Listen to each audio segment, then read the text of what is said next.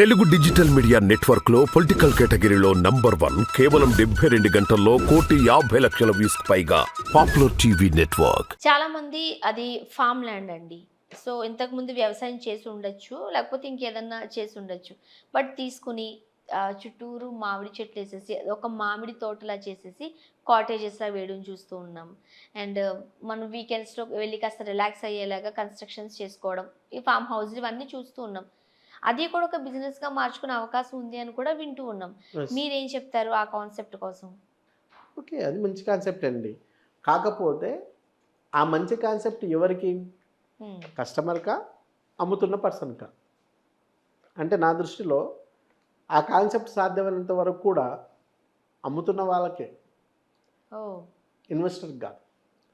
ఇప్పుడు ఒక 100 ఎకరాల్లో వెంచర్ వేసాం. అందుట్లో ఓ 10 ఎకరాలు రిసార్ట్ పెట్టాం. స్విమ్మింగ్ పూల్ ఉంది, క్లబ్ హౌస్ ఉంది. మిగతా అన్ని చోట్ల కాటేజీలాగా కట్టించాం.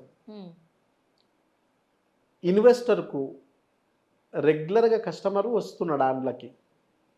రైట్. ఇన్వెస్టర్కు మంత్లీ ఎంతో పేమెంట్ వస్తుందా? మీరు ఫర్ ఎగ్జాంపుల్ ఓ 50 lakhs పెట్టారు. ఆ 50 lakhsకు ఎంత వస్తుంది తిరిగి? ఈ లెక్కలన్నీ వేసుకోగలిగితే, అక్కడున్న మార్కెట్ రేట్ ఎంత ఉంది చూసుకోగలిగితే, రేపు భవిష్యత్తులో అమ్మితే ఎంత వస్తుందని క్యాలిక్యులేషన్ చేసుకుంటే అప్పుడు మీకు తెలిసిపోతుంది. కొంతమంది ఓన్ పర్పస్ గా కూడా ఫామ్ ల్యాండ్స్ తీసుకుంటున్నారు, ఫామ్ హౌస్లు అంటున్నారు. Yes. ఫామ్ హౌస్ అంటే ఇంకా బాగా అర్థమవుతుందేమో మన వ్యూవర్స్ కి. ఫామ్ హౌస్ కాన్సెప్ట్ అనేది మనకి బెనిఫిట్ అయిన ఫ్యూచర్లో లాభదాయకమేనా? అంటే ఇక్కడ పెట్టగలిగే పరిస్థితి ఎంతమందికి ఉంది? ఫామ్ హౌస్ను మెయింటైన్ చేయగలిగే కెపాసిటీ. ఇప్పుడు మీరు పెడుతున్నదే ఇన్వెస్ట్మెంట్ కాన్సెప్ట్. ఇన్వెస్ట్మెంట్ కాన్సెప్ట్లో ఫామ్ హౌస్ వేసుకుంటే ఆ ఫామ్ హౌస్ను ఎవరు మెయింటైన్ చేయాలి? ఓకే. ఓ జంటనో 2 జంటలను అక్కడ పెట్టాలి. అంటే తిరిగి వాళ్ళు వ్యవసాయం చేయాలి. వ్యవసాయం చేస్తే, వ్యవసాయం లాభసాటి అయితే ఈ దేశానికి రైతే రాజు అయ్యేటోడు ఇప్పటికీ. వ్యవసాయం లాభసాటే కాదా?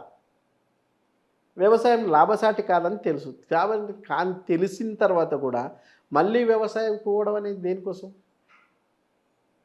అంటే తెలిసో తెలియక అదొక సోషల్ స్టేటస్.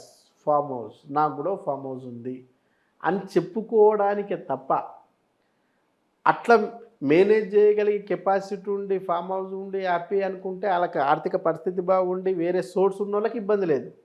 కానీ మనం మాట్లాడుకుంటుంది మిడిల్ క్లాసు. రైట్. సో ఆ మిడిల్ క్లాస్ వాళ్ళు ఫామ్ హౌస్ మెయింటైన్ చేయగలిగే కెపాసిటీ వాళ్ళకు ఉందా? కానీ చాలా మంది ఇన్వెస్ట్మెంట్ పర్పస్ లో ఫామ్ హౌస్లు తీసుకుంటున్నారు, తక్కువైనా సరే. ఓకే. ఫర్ ఎగ్జాంపుల్ 1 ఎకరా అంటున్నారు, ఇట్స్ ఓకే. బట్ అంటే ఫ్యూచర్లో దీనికి ఇంకా ఎక్కువ రేట్ పెరుగుతుంది. ప్లాట్ కన్నా కూడా ఫామ్ హౌస్కి ఇంకా కాస్త ఎక్కువ కాస్ట్ వచ్చే అవకాశం ఉంది, ధర పలికే అవకాశం ఉందని కూడా కొంతమంది అభిప్రాయం. ఓకే. మీరు రియల్ ఎస్టేట్లో ఎక్స్పర్ట్గా ఉన్నారు కాబట్టి మరి మీరేమంటారు? అంటే ఈ టైప్ ఆఫ్ జనాలు లెస్, అవును. హై పీపుల్ కాదు, తక్కువ వాళ్ళు మాత్రమే ఈ స్థాయిలో పెట్టగలిగే ఉన్నారు. కానీ ఇక్కడ ఏదైతే మనం మాట్లాడుకుంటున్న ప్లాట్ల కాన్సెప్ట్ ఉందో, ప్లాట్ల కాన్సెప్ట్ ఉన్న వాళ్ళు ఎకరాలు తీసుకోగలిగేంత ఇన్వెస్ట్ చేయలేరు.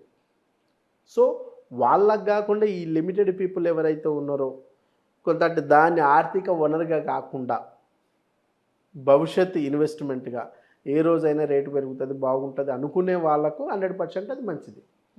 ఈలోపు సోషల్ స్టేటస్ కూడా నాకు కూడా ఫామ్ హౌస్ ఉంది, పైగా హైదరాబాద్ లాంటి ప్రాంతాల్లో పొల్యూషన్లో ఇబ్బంది పడుతున్నాం, అక్కడికి వెళ్తే స్వచ్ఛమైన గాలి ఉంటుంది, ఆక్సిజన్ లెవెల్ కూడా పెరుగుద్ది, ఇంకా గట్టిగా చెప్పాలంటే 1 సంవత్సరం నుంచి 10 సంవత్సరాలు లెక్క కూడా బతికే అవకాశం కూడా ఉంది. అట్లా ఫీల్ అయి తీసుకున్న వాళ్ళకి ఇబ్బంది లేదు. కానీ దాన్ని ఆర్థిక వనరుగానో అన్నీ ఊడ్చి ఆడబెట్టి దాన్ని చూసుకుంటూ దానివల్ల ఏమైనా లాభం వస్తుందా అని ఆశించి మంత్లీలో ఇయర్లో రావాలని కోరుకున్న వాళ్ళకి మాత్రం అది రైట్ చాయిస్ కాదు. ఓకే. అండ్ చాలామంది సిటీలో ఒక ఫ్లాట్ తీసుకుందాం అనుకుంటారండి. ఓకే. సో ఒకేసారి కొత్తది కొనాలంటే మనకి కోట్లల్లో ఉంది, అంత పెట్టలేరు. ఓకే, 50 నుంచి 60 లక్షలు పెట్టాలి అని అనుకునే వాళ్ళకు మనం చూస్తుంటాం పాతది కొంటూ ఉంటారు చాలా సందర్భాలలో. కొత్తదంటే మనం అంత పెట్టలేం కాబట్టి మీరేం చెప్తారు? కొత్తది కొనుక్కోవడమే బెటర్ అంటారా, ఇలా రీయూజ్ కూడా కొనుక్కోవచ్చా? ఖచ్చితంగా అపార్ట్మెంట్లో ఫ్లాట్ కొనాల్సింది వస్తే కొత్తది మాత్రమే కొనాలి, రీసేల్ వద్దు. రీసేల్ వద్దు. ఎందుకంటే దాని లైఫ్ స్పాన్ 60 ఇయర్స్ 70 ఇయర్స్ అనుకుంటే ఉమ్, ఆల్రెడీ పాత దానిలో ఓ 20 ఇయర్స్ లెస్ అయినవి అనుకోండి, ఉమ్, మిగతా 40 ఇయర్స్ కోసం మీరు తీసుకున్న 5-6 సంవత్సరాలకే రిపేర్లు వస్తాయి. దాని లైఫ్ స్పాన్ కూడా మొదట్లో మాత్రమే ఓ 20 ఇయర్స్కి ఇట్లా పెరుగుతూ పోతుంది. ఆఫ్టర్ 20 ఇయర్స్ తర్వాత ఇట్లా పడిపోతుంటుంది. పడిపోయే టైంలో మీరు తీసుకొని నిలబెట్టాలనే ప్రయత్నం చేయడం తెలివి తక్కువ నిర్ణయం అవుతుంది తప్ప తెలుగుల నిర్ణయం ఎట్లయితుంది? కానీ అన్ని డబ్బులు పెట్టే పరిస్థితి కూడా కొంతమంది దగ్గర ఉండదు కదండి. ఎస్, సో మనం చూస్తూ ఉంటాం, రీసేల్కి వెళుతూ ఉంటారు, పాతవి కొంటూ ఉంటారు. ఓకే, మరి ఏం చెప్తారు? ఎగ్జాక్ట్లీ. సో మీరు మీ జాబుకు దగ్గరైన ప్రాంతం ఏదైతే ఉందో కొంచెం దూరమైనా పర్వాలా, లేదా ఇప్పుడు అనుకుంటున్న నగర శివార్లు ఉన్నాయి. ఇప్పుడు సంగారెడ్డి ప్రాంతంలో చదువుకోవడానికి పిల్లలకు స్కూల్స్ ఉన్నాయి, కాలేజెస్ ఉన్నాయి, అన్నీ ఉన్నాయి. అటువంటి ప్రాంతంలో మీరు తీసుకున్న ఇబ్బంది లేదు, ఉమ్, కొత్తది వస్తుంది. షాద్నగర్ లాంటి ప్రాంతంలో అయితే ఇండిపెండెంట్ ఇల్లే ప్లాన్ చేసుకోవచ్చు. సో మీ జాబ్కు మీరు ఆల్రెడీ ఇట్లా హైటెక్ సిటీ లాంటి ప్రాంతంలో జాబ్ చేస్తూ కూడా షాద్నగర్ నుంచి అప్ అండ్ డౌన్ చేయొచ్చు. ఓకే. ఎందుకంటే ఆల్రెడీ షాద్నగర్, కొత్తూరు లాంటి ప్రాంతాల నుంచి ఏదైతే మనకు ఎగ్జాక్ట్లీ ఎయిర్పోర్ట్ దగ్గర ఉమ్, అక్కడి నుంచి డైరెక్ట్ యాక్సెస్ ఉన్నాయి. సిటీ బస్సులు తిరుగుతాయి గచ్చిబౌలికి, ఉమ్, అది పెద్ద దూరం కాదు కదా. ఆల్రెడీ ఎంఎంటీఎస్లు కూడా వస్తున్నాయి.